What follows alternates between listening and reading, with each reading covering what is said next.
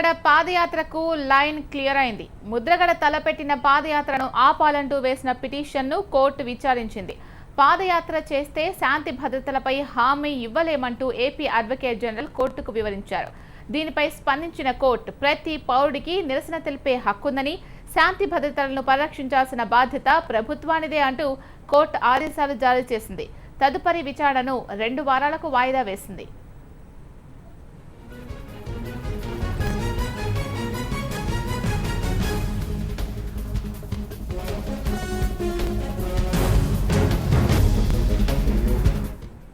దీనికి సంబంధించి పూర్తి అప్డేట్స్ అందించడానికి మా ప్రతినిధి సందీప్ ఫోన్ లైన్ లో సిద్ధంగా ఉన్నారు. సందీప్, చెప్పండి. మొత్తంగా పాదయాత్రను అడ్డుకోవాలంటూ హైకోర్టులో పిటిషన్ దాఖలైంది. దానిపైన హైకోర్టు విచారించింది. అయితే సత్యాగ్రహ పాదయాత్ర రేపటి నుంచి రావులపాలెం నుంచి అంతర్వేది వరకు 6 రోజుల పాటు కొనసాగుతుంది. ముద్రగడ చేస్తున్నారు. అయితే దీన్ని అడ్డుకోవాలని అని పిటిషన్ దాఖలు చేయగా ఆ పిటిషన్ నే మొదట విచారించేందుకు నిరాకరించింది. అయితే ఏపీ ప్రభుత్వం దీనిపైన ఏం చేస్తుంది అంటే వారు అనుమతించారా, ఇలాంటి ప్రశ్నలు కూడా ప్రభుత్వాన్ని కోరింది. వారు గంట సమయం తీసుకొని ప్రస్తుతము ఏపీలో సెక్షన్ 30 అమల్లో ఉంది. ఇది పూర్తిగా కూడా అంటే ఎలాంటి నిరసనలు తెలియజేసేందుకు అవకాశం లేదు అని తెలిపారు. అయితే దీనికి హైకోర్టు కూడా కలగజేస్తుంది. మధ్యలో కలగజేసుకుంటూ ప్రతి పౌరుడు కూడా దేశంలో ఎక్కడైనా ఎవరికైనా నిరసన తెలిపే హక్కు ఉంటుంది.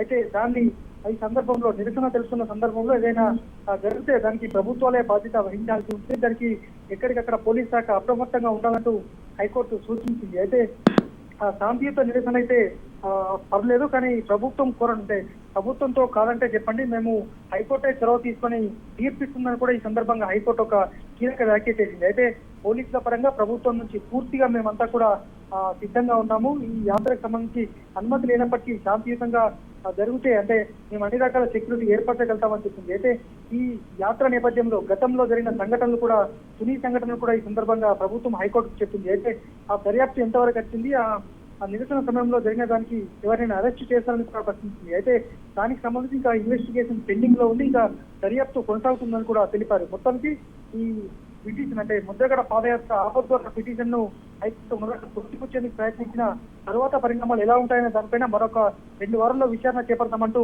ప్రస్తుతానికైతే విచారణ వాయిదా వేసింది. శాంతి భద్రతలను పరిరక్షించాల్సిన బాధ్యత ప్రభుత్వానిదే అని కోర్టు తెలిపినట్టుగా తెలుస్తోంది. మరి దీనికి సంబంధించి ప్రభుత్వం నుంచి స్పందన ఏంటి? అంటే వాస్తవానికి సెక్షన్ 30 అమల్లో ఉంది. ఎక్కడ కూడా నిరసన తెలియజేసేందుకు ముందుగా అనుమతులు తీసుకోవాలి అని కూడా ప్రభుత్వం కోర్టుకు తెలిసింది. అయితే ఇదే విధంగా రేపు ఒకవేళ ఏదైనా ఘటన జరిగినా దానికి పూర్తి స్థాయిలో ప్రభుత్వమే బాధ్యత వహించాల్సి ఉంటుంది కదా. ఎక్కడైనా సెక్యూరిటీ కల్పించాల్సిన అంశం మొత్తం కూడా ప్రభుత్వం చేతిలో ఉన్నప్పుడు ఆయన నిరసన తెలియజేసుకుంటే ఇబ్బంది ఏంటని కూడా ఈ సందర్భంగా ప్రశ్నించింది. అయితే అన్ని రకాలుగా సిద్ధంగా ఉన్నాం. ఇప్పటికే ఆ ప్రాంతంలో అంటే రేపటి నుంచి తలపెట్టిన దీక్షకు సంబంధించి కూడా ఈ ముద్రగడ ఎక్కడ మమ్మల్ని పర్మిషన్ అడగలేదని కూడా తెలిపారు. అయితే శాంతియుత నిరసనకు ఎవరు కూడా పర్మిషన్ అడగాల్సిన అవసరం కంటూ ఈ సందర్భంగా న్యాయస్థానం తెలుపుతూ విచారణ 2 వారాలకు వాయిదా వేసింది.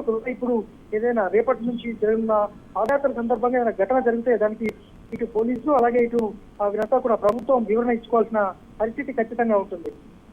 Right, thank you Sandeep.